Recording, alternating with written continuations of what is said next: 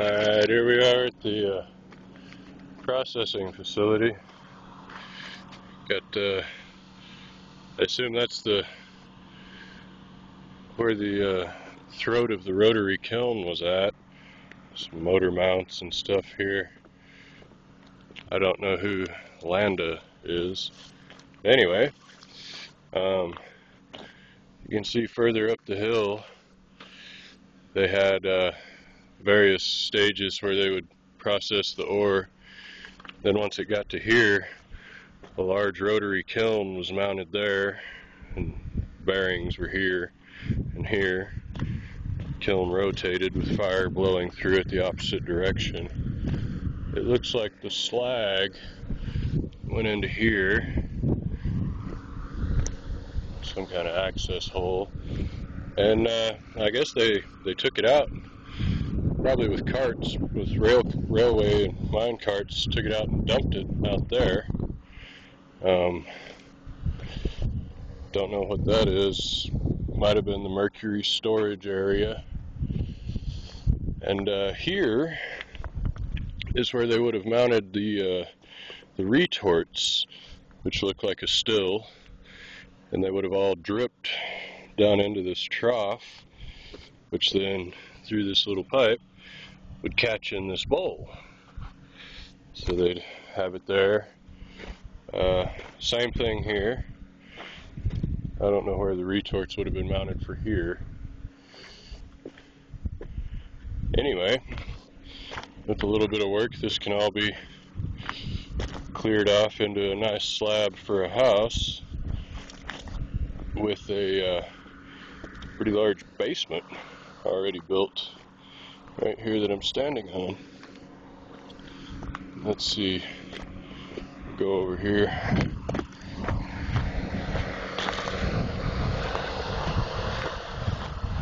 Got quite a few bricks here. These are probably furnace bricks. Not good building material. Yeah, this is the slag pile from here onto about right there. Some old parts of a furnace there. Don't know. Some vitrified clay pipe here. They probably use that in the condensers.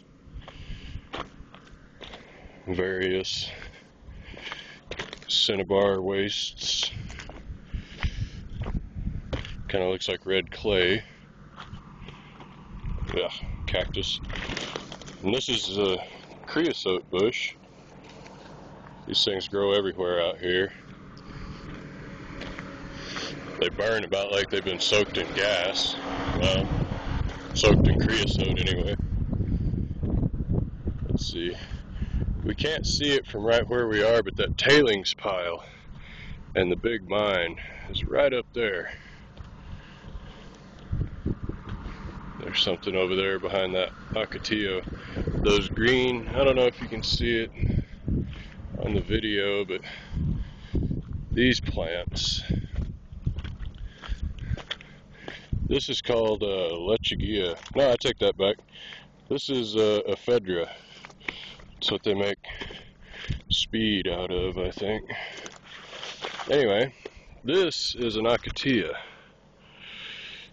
It's just real long, straight, really spiky branches. This is a really big one. And there's another one right over there. I don't know if you can see it. My camera's kind of so-so. It's just my BlackBerry. But anyway, that one's green. And these things are hardy. You can dig them up, lay them on the ground, let them sit for well over a year.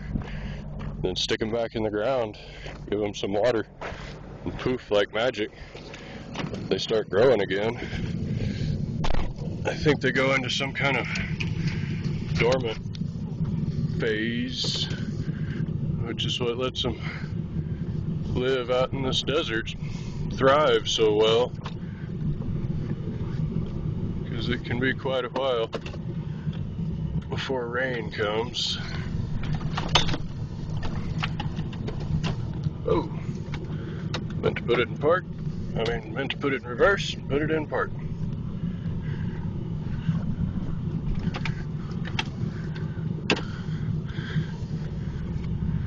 Let's see that good looking Acacia.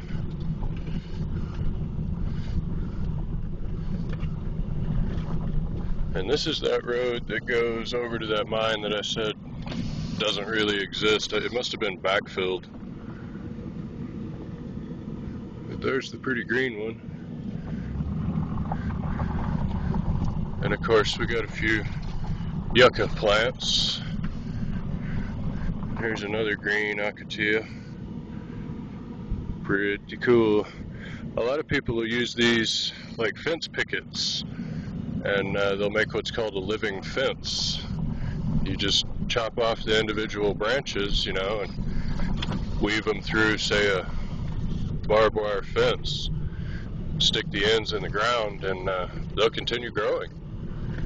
So you can have a living fence. There's that big creek.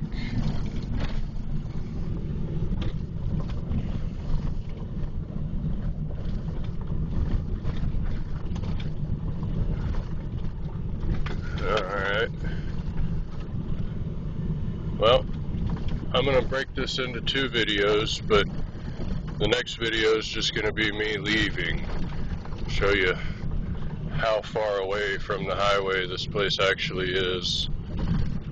And I didn't do one coming in all the way because the sun was glaring into the windshield. Yeah, there's some pretty incredible looking hill over there.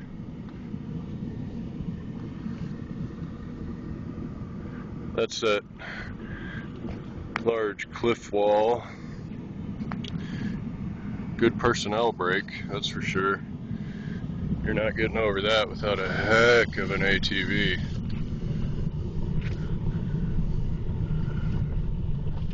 And on the way up, I got stuck right here.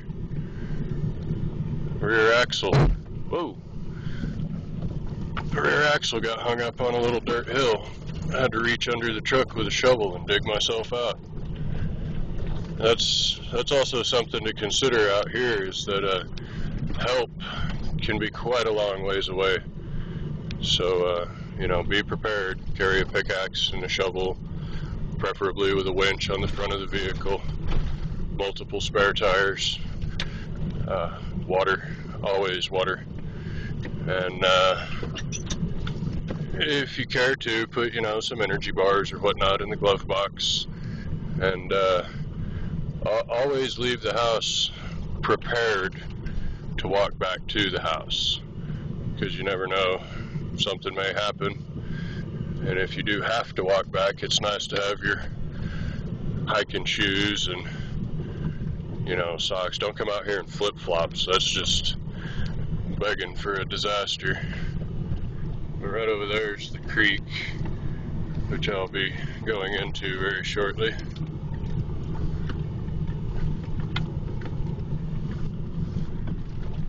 Alright, I don't know how long I've made this video, but I know I can't have more than 10 minutes, so I'll stop here and start another one right off the bat.